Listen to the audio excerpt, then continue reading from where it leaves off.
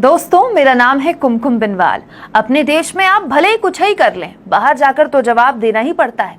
लखीमपुर में किसानों को थार से रौंदने वाले मोदी जी के मंत्री के सुपुत्र पर भले ही हमारे प्रधानमंत्री चुप्पी की चादर ताने हुए हों, लेकिन दुनिया भर में मोदी जी के मंत्रियों को अब लखीमपुर कांड में जवाब देते नहीं बन रहा। वर्ल्ड बैंक की बैठक में शामिल होने अमेरिका गई वित्त मंत्री निर्मला सीतारमण से इस बारे में सीधे सवाल दाग दिया गया। बॉस्टन के हार्वर्ड कैनेडी स्कूल में एक डिस्कशन के दौरान सीतारमण से पूछ लिया गया कि भारत के प्रधानमंत्री और भारत सरकार के दूसरे वरिष्ठ मंत्री लखीमपुर की घटना पर चुप क्यों हैं।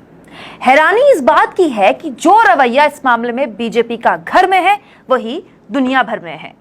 वित्त मंत्री निर्मला सीतारमण ने जवाब में कहा कि लखीमपुर की हिंसा में 4 किसानों का मारा जाना बेशक निंदनीय है, लेकिन देश के दूसरे इलाकों में भी ऐसी घटनाएं हो रही हैं।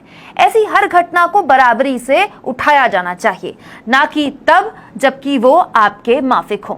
वित्त मंत्री यही नहीं रुकी, उन्होंने आगे कहा कि सरकार जो 3 कृषि कानून लेकर आई है, उन पर करीब 1 दशक तक यानी कि 10 साल तक अलग अलग संसदीय समितियों में चर्चा की गई थी। बीजेपी जब साल 2014 में सत्ता में आई तो राज्य सरकारों समेत सभी पक्षों से कृषि कानूनों पर बात की गई थी। वाह, ये भी वैसे अद्भुत है नहीं?